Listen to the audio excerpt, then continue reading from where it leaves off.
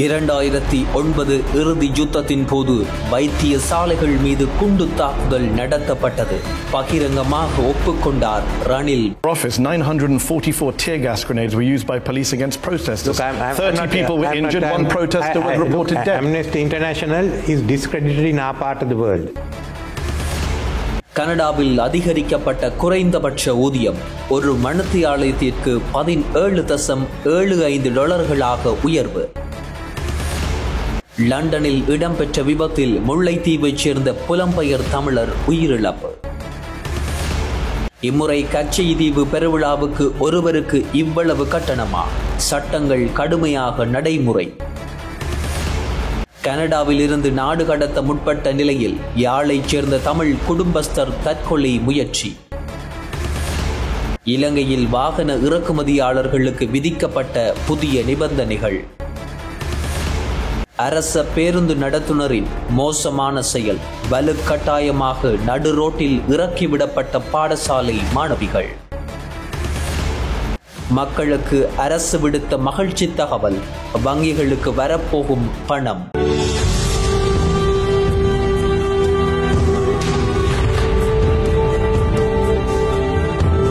2009 இலங்கையில் இடம்பெற்ற இறுதி யுத்தத்தின் போது மருத்துவமனைகள் மீது விமான குண்டுவீச்சு தாக்குதல் இடம்பெற்றது என்பது உண்மை என முன்னாள் ஜனாதிபதி ரணில் விக்ரமசிங்க தெரிவித்தார். சர்வதேச ஊடகமான அல் ஜசீராவுக்கு ரணில் வழங்கிய நேர்காணலிலேயே அவர் இந்த விடயத்தை சுட்டிக்காட்டியுள்ளார். இறுதி போரின் போது சிக்குண்ட மக்களுக்கான மனிதாபிமான உதவிகள் தடுக்கப்பட்டது. மருத்துவமனைகள் மீது விமான குண்டுவீச்சு தாக்குதல் இடம்பெற்றது என்பது உண்மையான விடயம். எனினும் இது திட்டமிடப்பட்ட முறையில் பெருமளவில் இடம்பெறவில்லை. இவ்வாறு ரணில் விக்ரமசிங்க கூறினார். அத்துடன் 2009 முடிவுக்கு கொண்டு வரப்பட்ட போராட்டம், பாதிக்கப்பட்டவர்களுக்கு நீதி வழங்கப்பட்டதா என ஊடகவியலாளர்னால் எழுப்பப்பட்ட கேள்விக்கு பதிலளித்த ரணில் விக்ரமசிங்க, எந்த சமூகத்திற்கும் இதுவரை நீதி வழங்கப்படவில்லை என்பது குறிப்பிடத்தக்க ஒரு விடயமாகும். விமானப்படை விமானங்கள் மருத்துவமனைகள் மீது குண்டு வீசிய தருணங்கள் உள்ளது. அதற்காக சம்பந்தப்பட்டவர்களுக்கு எதிராக நடவடிக்கை எடுக்கப்பட்டது. ஆனால் அந்த தாக்குதல் பெருமளவில் இடம்பெற்றது என்று நான் சொல்ல மாட்டேன். இவ்வாறு ரணில் விக்ரமசிங்க கூறினார். அத்துடன் ஐக்கிய நாடுகளின் குழு இலங்கை படையினர் போரில் சிக்குண்டவர்களுக்கான மனிதாபிமான உதவிகளை தடுத்தனர் என்று குறிப்பிட்டார்களே என்று கேள்வியாளர் கேள்வி எழுப்பினார். இந்த நிலையில் அதற்கு பதிலளித்த ரணில் விக்ரமசிங்க, நான் அது இடம்பெற்றது என்று நினைக்கின்றேன் என தெரிவித்தார்.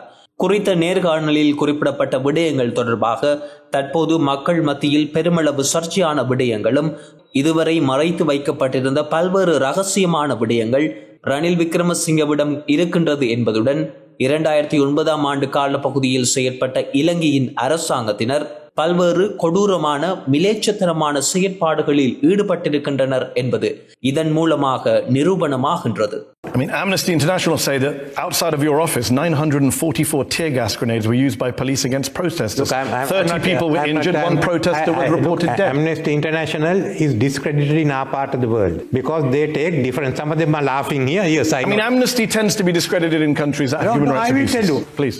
These were a group of people who killed one member of parliament. They nearly killed another member of parliament who was a major opponent of Gotabaya Rajapaksa and called for his resignation. They burnt a large number of houses. They came and took over Colombo. They attacked parliament.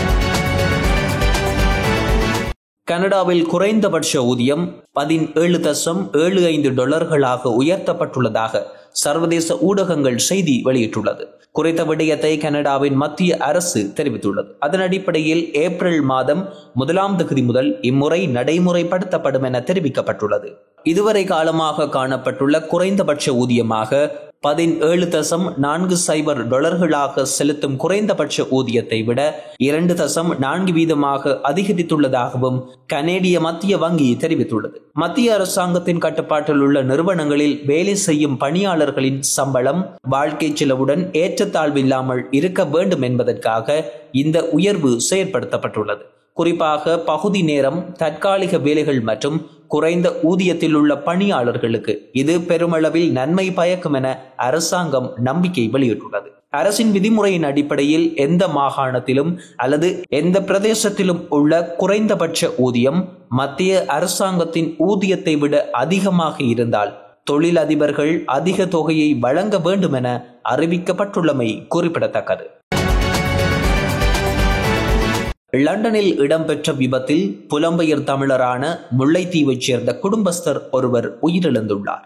கடந்த 3ஆம் தேதி லண்டனில் நடந்த விபத்தில் 49 வயதான முல்லைத்தீவு புதுக்குடியிருப்பைச் சேர்ந்த குடும்பஸ்தர் பாதசாரிகள் கடவையில் வீதியை கடக்க முற்பட்ட போது வேகமாக வந்த கார் மோதியதில் இவர் உயிரிழந்ததாக கூறப்படுகின்றது. இந்த நிலையில் குறித்த குடும்பஸ்தரின் உயிரிழப்பு அங்குள்ள தமிழர்களிடையே துயரத்தை ஏற்படுத்தியுள்ளது.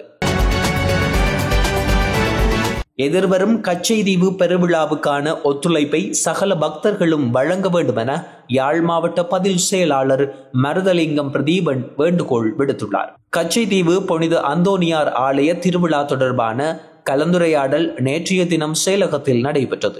திருவிழாவுக்கான ஏற்பாடுகள் குறித்து துறைசார் தரப்பினருடன் ஊடகங்களுக்கு கருத்து தெரிவிக்கும் போதே மாவட்ட பதில் செயலாளர் இந்த விடயங்களை தெரிவித்துள்ளார். எங்களால் வழங்கப்படும் படிவத்தை பூர்த்தி செய்து கச்சைதீவில் சமர்ப்பிப்பதன் மூலம் தமது பதிவுகளை பக்தர்கள் உறுதிப்படுத்திக் கொள்ள முடியும். இதே நேரம் பேருந்து போக்குவரத்து சேவையை முன்னெடுக்க இலங்கை போக்குவரத்து சபை மற்றும் தனியார் பேருந்து சேவையில் ஈடுபடுத்தப்படும் தரப்பினருக்கு அறிவுறுத்தல்கள் வழங்கப்பட்டுள்ளது. அத்துடன் கடற்போக்குவரத்து சேவைகளுக்கான கட்டணங்களும் நிர்ணயிக்கப்பட்டுள்ளது. குறிப்பாக நெடுந்தீவிலிருந்து கச்சைதீவுக்கான ஒரு வழி போக்குவரத்து கட்டணமாக ரூபாய் 1000 நிர்ணயிக்கப்பட்டுள்ளது. குறிக்கட்டுவானிலிருந்து ஒரு வழி போக்குவரத்து கட்டணமாக 1300 ரூபாய் நிர்ணயிக்கப்பட்டுள்ளது. அதற்கேற்ப பணம் செலுத்தப்படுகின்ற படகுகள் பரிசோதனை செய்யப்பட இருக்கின்றது. உணவு தங்குமிட வசதிகள் கடற்படையினர் மூலம் ஏற்பாடு செய்யப்பட்டுள்ளது. நெடுந்தீவு பிரதேச செயலகம், நெடுந்தீவு பிரதேச சபை ஆகியவை பணிகளில் ஈடுபட உள்ளது.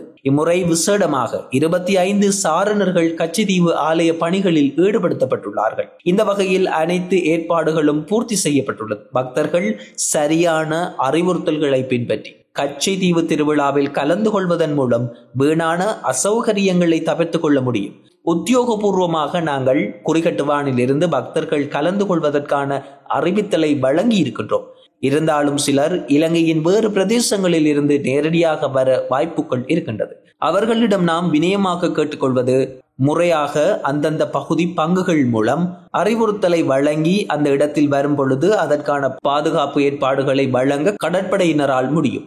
இம்முறை பெரும் திருவிழாவுக்கு இந்தியாவிலிருந்து 4000 பக்தர்களும் இலங்கையில் இருந்து 4000 பக்தர்களும் அனுமதிக்கப்பட உள்ளதுடன் இரு நாடுகளினதும் அதிகாரிகள் மற்றும் சேவையாளர்களும் என 1000 பேருமாக 9000 பேர் வருகை தர உள்ளார்கள். அந்த வகையில் குறித்த பெரும் திருவிழாவுக்கு வருகை தருபவர்கள் ஏற்பாட்டாளர்கள் வழங்கப்படும் அறிவுறுத்தல்களை பின்பற்றி எதுவித இடையூறுமின்றி கலந்து கொள்ள வேண்டும் என்று சுட்டிக்காட்டப்பட்டுள்ளது. கனடாவிலிருந்து நாடு கடத்த முற்பட்ட யாழ் மாணிப்பாயைச் சேர்ந்த சிவநேசன் நேசராஜ் எனும் 40 வயதான குடும்பஸ்தர் உயிரை மாய்த்து கொள்ள முற்பட்ட சம்பவம் ஒன்று பதிவாகியுள்ளது. அதன் பின்னர் அவர் வைத்தியசாலையில் அனுமதிக்கப்பட்டுள்ளதாகவும் தெரிவிக்கப்படுகின்றது. போலீசாரின் கண்காணிப்பில் கீழ் இருந்த குறித்த குடும்பஸ்தர் மலசல கூடத்தை துப்புரவு செய்ய பயன்படுத்தப்படும் திரவம் ஒன்றை அருந்திய நிலையில் வைத்தியசாலையில் தீவிர சிகிச்சை பிரிவில் அனுமதிக்கப்பட்டுள்ளார். குறித்த குடும்பஸ்தர் நாளைய தினம் இலங்கைக்கு நாடு கடத்தப்படவிருந்த நிலையில் அதனை தாங்கிக் கொள்ள முடியாமல் இவ்வாறான செயற்பாட்டில் ஈடுபட்டுள்ளமை சுட்டிக்காட்டத்தக்கது. இறக்குமதியாளர் ஒருவரால் 6 மாதத்திற்குள் இறக்குமதி செய்யப்பட்ட மொத்த வாகனங்களின் எண்ணிக்கையில் 25% பதிவு செய்ய தவறினால் குறித்த இறக்குமதியாளரின் இறக்குமதி அனுமதி பத்திரம் ரத்து செய்யப்படும் என நிதி அமைச்சு தெரிவித்துள்ளது. அந்நிய செலாவணி இருப்புகளை பாதுகாக்கவும் அதிகப்படியான வாகனங்களை இறக்குமதி செய்வதை தடுக்கவும் தேவையற்ற முறையில் வாகனங்களின் சேமிப்பை தடுக்கவும் இந்த நடவடிக்கை எடுக்கப்பட்டுள்ளதாக கூறப்படுகின்றது. இருப்பினும் தனிப்பட்ட ரீதியான வாகனங்களை இறக்குமதி செய்ய வேண்டிய அவசியம் ஏற்பட்டால் ஒரு வாகனத்தை மட்டுமே இறக்குமதி செய்ய முடியும் என்றும் மேலே குறிப்பிடப்பட்ட நிபந்தனைகள் அதற்கு பொருந்தாது என்றும் நிதியமைச்சு சுட்டிக்காட்டியுள்ளது. ஹட்டன் பகுதியில் அரச பேருந்து நடத்துனர் ஒருவர் பற்றுச்சீட்டு வைத்திருந்த பாடசாலை மாணவர்களை பஸ்ஸிலிருந்து பலாத்காரமாக வெளியேற்றியுள்ள சம்பவம் நேற்று பதிவாகியுள்ளது. ஹட்டன் டிப்போவுக்கு சொந்தமான நாவலப்பட்டியிலிருந்து ஹட்டனுக்கு பயணிகளை ஏற்றிச் செல்லும் இலங்கை போக்குவரத்து சபைக்கு சொந்தமான பேருந்து ஒன்றின் நடத்துனர் கினிகத்தேனை பகுதியில் உள்ள பாடசாலை மாணவர்களை பேருந்தில் இருந்து வெளியேறுமாறு கடுந்தொனியில் பேசியுள்ளார். குறித்த பாடசாலை மாணவர்கள் இலங்கை போக்குவரத்து சபையினூடாக வழங்கப்படும் சீசன் எனப்படுகின்ற பற்றுச்சீட்டினை பேருந்து நடத்துனரிடம் காண்பித்த போதும் மாணவர்களை உடனடியாக வெளியேறுமாறு நடத்துனர் தொடர்ந்து வலியுறுத்தியதாக, இதன்போது இது அரச பேருந்து நடத்துனரின் சொந்த பேருந்து அல்ல, பாடசாலை மாணவர்களாகிய நாங்கள் பணம் கொடுத்து பற்றுச்சீட்டினை பெற்றுள்ளோம், பேருந்தை விட்டு வெளியேற முடியாது என தெரிவித்த போது பேருந்து நடத்துனர் மாணவர்களை கடுந்தொனியில் பேசியுள்ளார். நாவலப்பட்டியில் இருந்து ஹட்டன் வரை செல்லும் அரச பேருந்தில் அதிகமான தமிழ் மாணவர்களே இவ்வாறு புறக்கணிக்கப்படுவதாகவும் தெரிவிக்கப்படுகின்றது.